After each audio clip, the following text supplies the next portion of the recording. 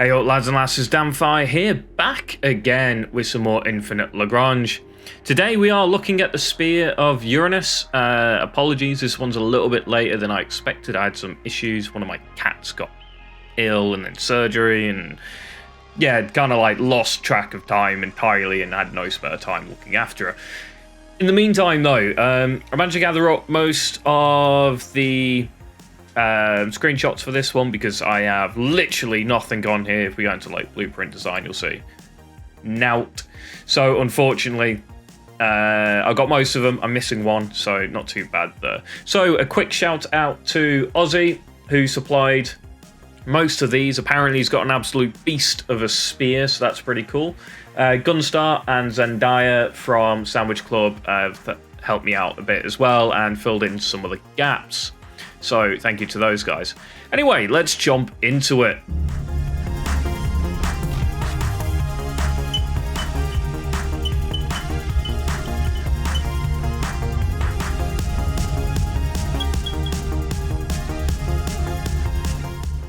So first up, let's have a look at the blueprint designer, and we'll just go from M1 to M2, etc., and M1A, and so on and so forth. So, your M1 slot, you have a 13,000 DPM projectile. It's the bell-mounted siege railgun. It does surprisingly decent siege damage. So yeah, 1,300 per DPM anti-ship fire with 11,000 siege damage. I'm mentioning the siege damage on this one because that's pretty high. Siege damage is quite hard to find. There's several ships that do have it, and there's specific variants of ships that do have it, and they can be rather useful. Potentially less so on the spear because of its speed, but yeah, it's not bad. Attacks per round 1x1 with a cooldown of 12 seconds and a lock-on time of 7 seconds. 2,600 damage per hit, sorry. So yeah, it's going to hit through pretty much everything with armor. Even a ST-59 with 750, 800 armor here, it's still going to take a huge chunk of damage off it every time this thing fires and hits. So it's not a bad system at all, to be honest with you. We're then going over and looking at the M3, and you lose the M1 slot, obviously, for M3, but you gain a BI 850 dual fire heavy ion turret. There's two of these, so you get 600 damage per hit, and times 2, because there's 2. And that's 6 second duration, a 15 second cooldown with a 3 damage frequency. That means it deals damage 3 times during the 6 second duration, and a 5 second lock on time. It's not a bad upgrade, or it's a side grade more than anything. Yeah, you're going to lose your siege damage, but you're gaining quite a bit of damage back in the form of energy damage, depending on what you're targeting. If it's mostly battle cruisers and carriers and big things that don't have particularly high dodge rates, I'd recommend probably keeping the standard cannon. These ion turrets, though, will do pretty well against pretty much everything. It's a bit more good against everything as opposed to better against like the cannon is better against larger enemies. So there you go. Not a bad side grade. Yeah, it's definitely worth using potentially over the M1 slot. We then move on to A1, and I can show the base version of this, which is the Fortress battery system. You get a load of cannons, basically. So, you get a couple of anti-ship cannons doing 2x1 with a 9 second cooldown and a 4 second lock-on time. These are anti-small. You get anti-aircraft cannons. You get 4 of these, and they're against Corvettes fighters mostly, with a 3 second duration, 1x3, 3 second cooldown, 2 second lock-on time. I haven't ever seen spears doing particularly well at anti-air, so I'm not sure they're really that good. And you get a pair of heavy cannons. These are anti-ship, starting with battleships, going down to cruisers, so all the big ships. It's 1 attacks per round with a 12 second cooldown and a 5 second lock-on, with a 950 alpha on them per hit. So, not bad, a pair of them as well, so not bad at all. Something I thought was funny on this one, is it this one? yeah, depending on where the enemy is, you could literally just blow up your own bridge with these heavy cannons. Yeah. Not the best weapon placement, is it?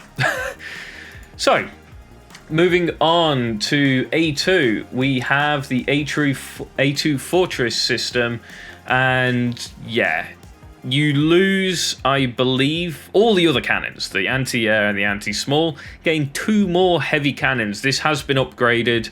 The damage per hit is still 950, I believe, here.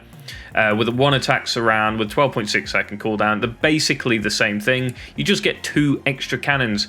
If you're looking to just blow up larger ships, this is definitely the way to go. You will lose your anti-small, but in my opinion, on a spear, not really a problem. This thing should be supported with anti-small ships, in my opinion, because its damage against anti-large is just incredible. We then have A3, unfortunately. This is the one that I can't show off. I don't have a screenshot of. And this one gives you 6 anti-ship cannons. There's slightly less damage per hit. At 200 damage per hit, they target small first, destroy at frigate. You do lose the anti-aircraft and you lose the anti-large cannons for this. With 2 attacks times 1 and an 8-second cooldown, these things can absolutely and utterly obliterate anything small. So yeah, these are definitely potentially worth looking at. I think there's 2 spear setups, kind of like the SD-59. You have the anti-small and the anti-large. I think the same thing with the spear, really. So yeah, not bad. We then move on to the B slots, Bravo. So in B1, you can find a generic missile launcher array. You get 3 of these. They are anti-corvette, anti-fighter, with a bit of anti-ship and stuff like that, or anti-small. 12-second duration, 1 times 12 attacks per round with a 27.16 cooldown with 120 damage per hit at base. Interception capability on them as well, so they will knock out enemy missiles, which is quite nice because this sits on the front row, so it can hit pretty much all the missiles that have to pass through the front row. And obviously it has the anti-aircraft range there as well. I believe it is anti-aircraft range within row. So it does provide fairly alright anti-air support. The interception's a nice bonus. If you can spec the interception on this to be higher, that could be potentially worth it after some recent testing that's been going on. Interception might be really, really good on certain ships and shuts down everyone's favourite cruiser pretty nicely. So, onto B2. This is the Corvette Dock, and that has a Corvette capacity of 3. So you get 3 Corvettes here. And yeah, there's not much to say here. Carrying in some Corvettes is always good. You can carry in some anti-air Corvettes in the flavour of the T-800, or you can take in some higher damage things like Nebula Pulse, Nebula Chaser Pulses, or you can move over onto Cellular Defenders if you want some torps to ignore the front row and stuff like that. So yeah, very, very good. Would I recommend this over the anti-missile? Probably. I'd probably recommend this over anti-missile. You then have B3, which is the Damage Control Engineering UAV Maintenance Pod. Oh, yet again, you have this ship that has loads of health and armor, which can heal itself. Because that's fair. It carries 2 UAVs. These do have the potential to heal every ship within your fleet, which is quite nice. So if you have these and some series, or series support and stuff like that, you get some extra healing potential out of them.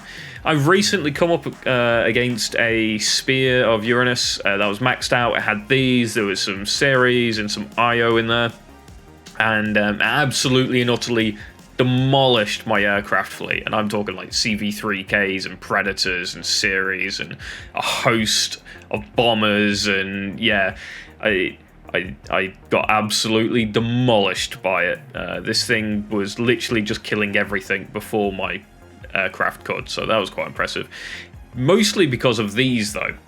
These UAVs have the exact same healing capability of the series, so you're bringing in basically a series, but a lot tankier, and this thing's going to stay around. Where you can normally knock out series pretty quickly, this thing's not going to go down anytime soon. Very powerful system. If you have this, it's definitely between this and the Vet Dock.